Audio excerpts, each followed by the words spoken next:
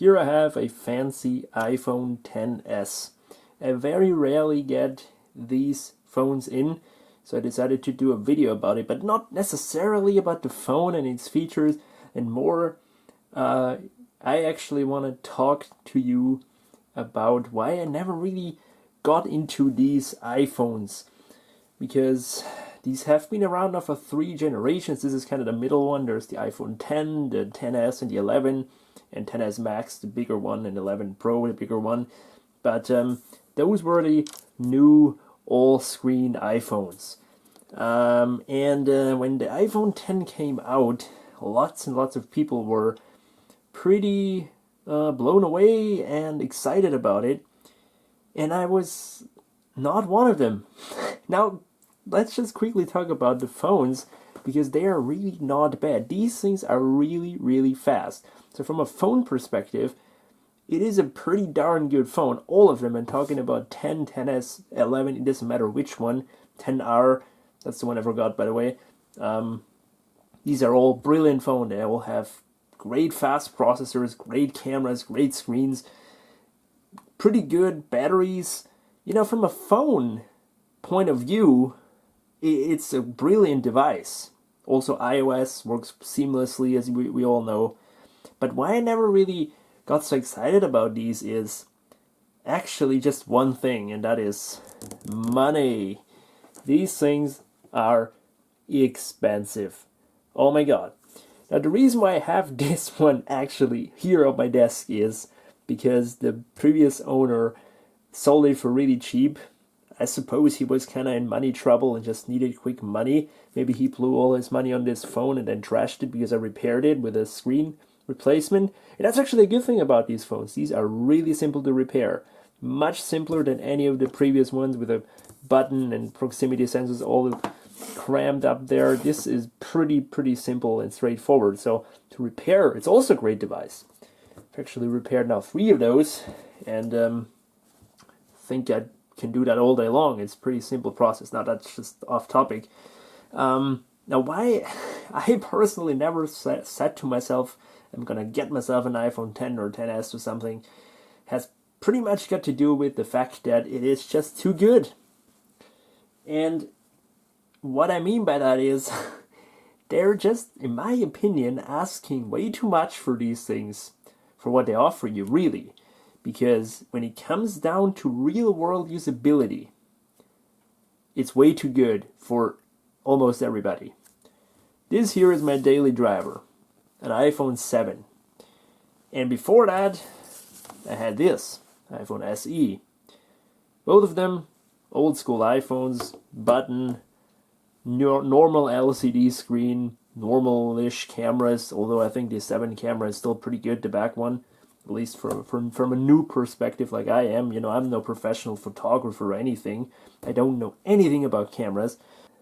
Now, to me, the iPhone 7 camera, as I said, is still pretty good. Now, what matters to me about a phone that I use every day is that it does my stuff. And what is my stuff?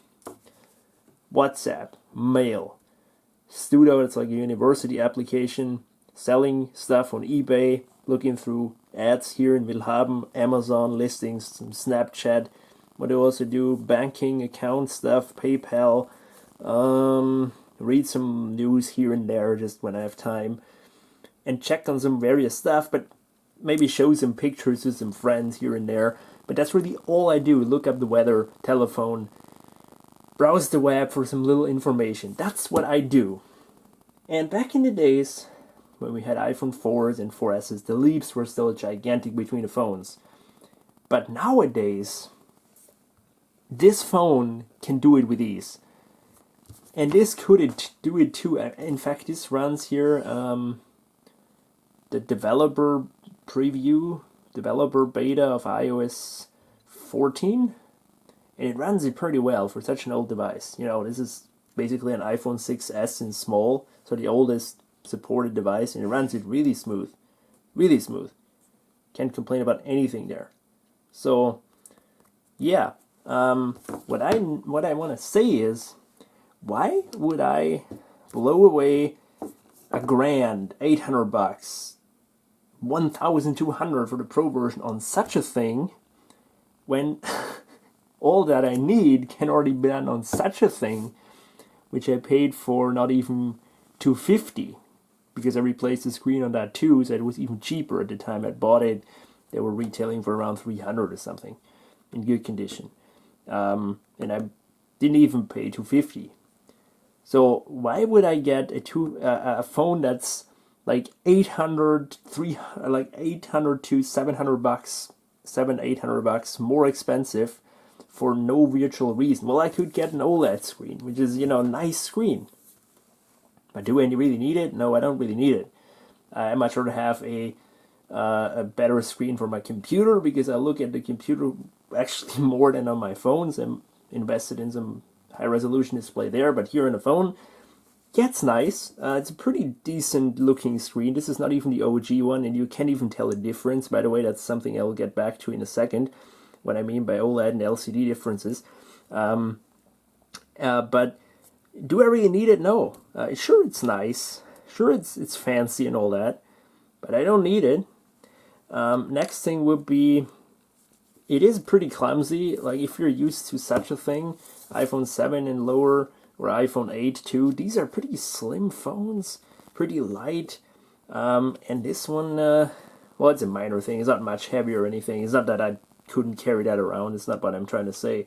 But it's a little more clumsy. Also, yeah, glass back, so if that breaks, you can replace the entire device.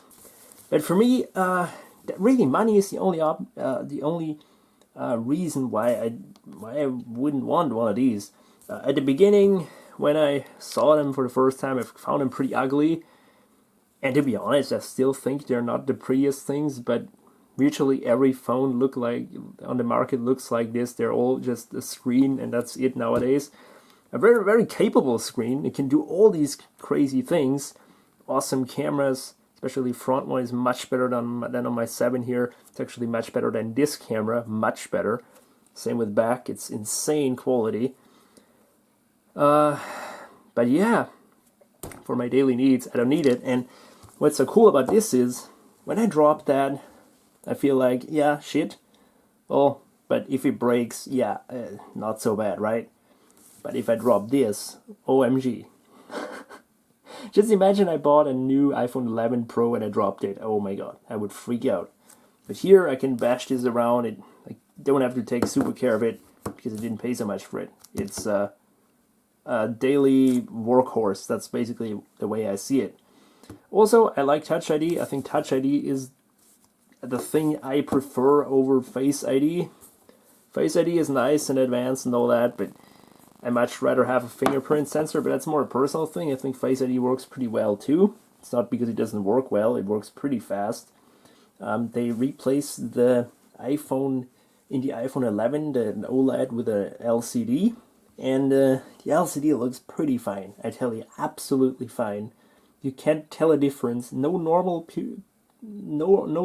guy, run-of-the-mill dude, will know the difference, but that caused some shitstorm. Oh my god, they went back to an LCD. I kinda understand from the pricing point of view, because they sell you a Pro device which costs the same but with a cheaper technology screen. Not a worse screen, but a screen that's cheaper to produce, and they still charge you the premium, and other manufacturers give you an OLED for that. So that's what I can understand. But not that the LCD is any worse. It really isn't. You cannot tell a freaking difference. Same when you, for example, lay an iPhone XR next to a 10, you can't see the difference if you're not looking super close at the bezels and whatnot, and like go in detail with a magnifying glass. You will not see a difference because the human eye is just not so advanced. So this is why I don't care too much for these iPhones, and never really got excited about those. Those are fast, and they're fast and have good cameras and good screens and good screens. That's pretty much true for all generations. So I'd recommend get a 10. The 10 is nothing worse than this one. Sure, you have the more camera modes here, and yeah, what else is there more? I don't really know. faster processor. Oh yeah, I forgot that, faster processor, but you will not notice that. So if you get a 10, which is way cheaper, you will not see a difference. Nobody will. The operating system runs just as fast. I know that because my mother has a 10, and I don't see a difference. I really don't. Now, one thing I would really like to have on mine is wireless charging, because that is pretty handy. But the iPhone 8 and SE 2 have it. But yeah, that's still a nice feature. So what am I trying to say here is, this is a brilliant, excellent phone, but nobody really needs it nowadays. Even the lowest level Android $200 phones can do our daily tasks. That wasn't always the case, but nowadays it surely is. God damn it, when a Raspberry Pi can run the needs of 80% of all people out there, watch some YouTube, do some office related things. Technology, computers have just gotten so fast, phones have just gotten so fast, where it really doesn't make any sense to go to every generation, unless you're a YouTube reviewer and all that. And if you have money to blow away on these things, I don't know, if it makes you feel cooler that you have one of these fancy things, then fine, I don't blame you. That's pretty cool to have, for sure. But I don't care too much for it. I enjoy fixing those every time somebody brings me one of those, which will hopefully be not too often, because that's getting pricey then. But if somebody wants me to fix one of these, I'll gladly say yes. I'll fix it. No deal. Pretty easy to fix, pretty simple. And I'm looking forward to the future, or these are dominating the iPhone market, and these are getting cheaper and cheaper, and they're getting, you're getting so much great hardware for just little money. But nowadays, in this day and age, 2020, when these things go around $500-600, it's just too much. And new iPhones over 1,000. Oh my god, just too much. Now this this case where the phones have just gotten so fast is throughout the industry. It's not only Apple, also Samsung, Huawei, LG, whatever. All the well-known phone manufacturers, they all have really fast devices that are just way too good for most of us people, for anybody basically, in my opinion. Because, yeah, sure, if you do some gaming on your phone, I don't know why you would do that, but if you would, yeah, maybe that's better. If you watch a lot of YouTube, then maybe that's better. But for my stuff and for most people's things, such a thing, iPhone 7, hell, even 6S, it still works. Really, yes, this is launching everything super fast. Look at that. Look at that speed. It's all super, super fast. But I can wait for this too. I mean, is it really that bad? Not really. And this is actually so slow because my internet is not the fastest. But I don't see the reason why I would need now this over that. I really don't. So I'm looking forward to sell this. Actually, in fact, it is already sold, because the turnaround time on these is pretty fast. Doesn't take long because they're so sought after. Getting one of these secondhand, I think, is a great idea. You're getting just so much more for your money. But yeah, tell me what you think. I rambled quite long. This is my opinion about the iPhone notch generation, the new iPhones.